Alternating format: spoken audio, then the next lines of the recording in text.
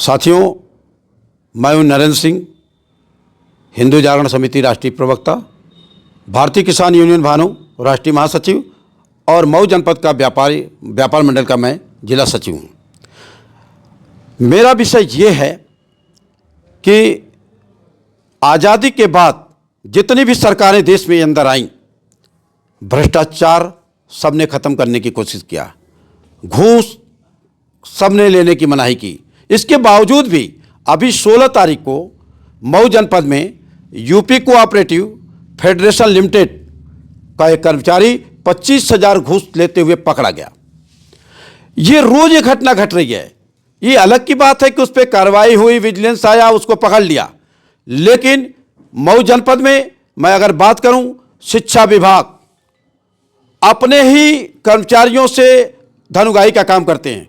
मैं बात करूं नगर पालिका, वहां पे भी लूट का अड्डा है। कौन सी विभाग की मैं बात करूं, प्रशासन की अगर बात करूं तो पुलिस के बहुत सारे ऐसे कर्मचारी हैं जो लेन देन का काम रोज करते हैं। पैसे पे FIR नोट हो जाते हैं, पैसे पे तफ्तीश करके नाम निकाल दिए जाते हैं।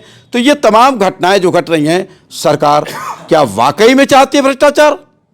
नहीं चाहती है। भ्रष्टाचार अगर खत्म करना है तो आप पत्रकारों के माध्यम से मैं बताना चाहता हूं कि पूरे देश के अंदर 5,000 रुपया कैश का लेन देन करिए। 5,000। अब 5,000 के ऊपर गाड़ी लेना है, घोड़ा लेना है, कुछ भी करना है तो ट्रांजैक्शन दिखाइए। अब आपकी तनख्वाह बाबूजी अगर 60,000 है तो आप 10 लाख की गाड़ी कहां से लिए, समझ में आ जाएगा। तो घूस का पैसा जो घर में रखेंगे, जो भ्रष्टाचार का पैसा घर में रखेंगे, उसका आप इस्तेमाल भी नहीं कर पाएंगे। तो ये सरकार व्यवस्था क्यों नहीं करती है? जब नरेंद्र सिंह जैसे व्यक्ति के दिमाग में अगर ये बात है तो भारत के क्या प्रधानमंत्री, मुख्यमंत्री या देश के नेताओं के दिमाग में बात नहीं है? हकीकत में ये चाहते ही नहीं है कि भ्रष्टाचार देश में खत्म हो, ये चाहते ही नहीं है कि देश में घूस बंद हो। आप सवाल कर सकते हैं। लेकिन सरकार की तरफ से तो कहा जाता है जीरो टॉलरेंस भ्रष्टाचार को लेकर हमारी नीति है।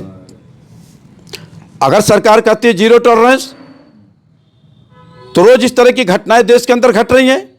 आप कैसे कह सकते हैं जीरो टॉलरेंस? आप बातों में, भाषण में नेता लोग कुछ भी बोल दें, लेकिन हकीकत है कि मैं बाबूजी पूछ रहा हूं, 60,000 रुपया आपकी तनख्वाह है, राइट? आप 5,000 के ऊपर ट्रांजैक्शन करेंगे।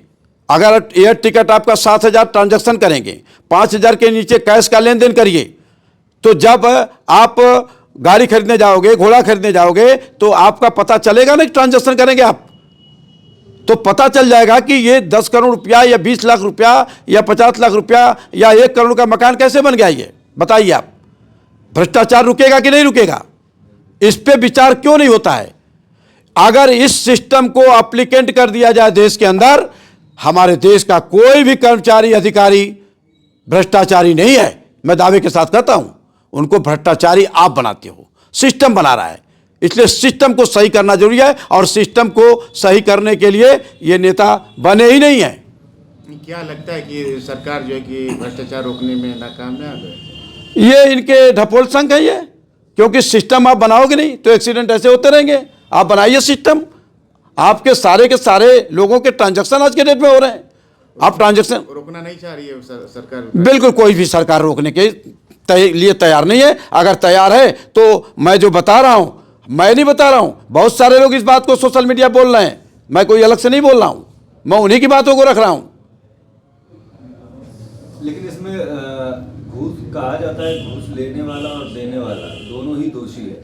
मैं आपको कह रहा हूं कि न हमारे देश का कर्मचारी भ्रष्ट है, न देश का अधिकारी भ्रष्ट है, न देश का हमारा नौजवान भ्रष्ट है, न देश का हमारा मतलब पुलिस का कर्मचारी भ्रष्ट है। कोई भ्रष्ट नहीं है। हमारे देश का सिस्टम भ्रष्ट है। हम सिस्टम की बात कर रहे हैं। आप क्यों नहीं ट्रांजैक्शन की बात करते हैं? क्यों नहीं 5,000 के नीचे कैश की बात और 5,000 के ऊपर ट्रांजैक्शन की बात करते हैं? बनाइए सिस्टम। कौन भाई का लाल है जो घूस लेगा? अच्छे घूस लेकर के 10 करोड़ रुपया घर में रख करके करेगा क्या? वो गाड़ी खरीद नहीं सकता, मर्सिडीज खरीद नहीं सकता, बताइए करेगा क्या उस पैसे का? वो क्यों लेगा फिर घूस?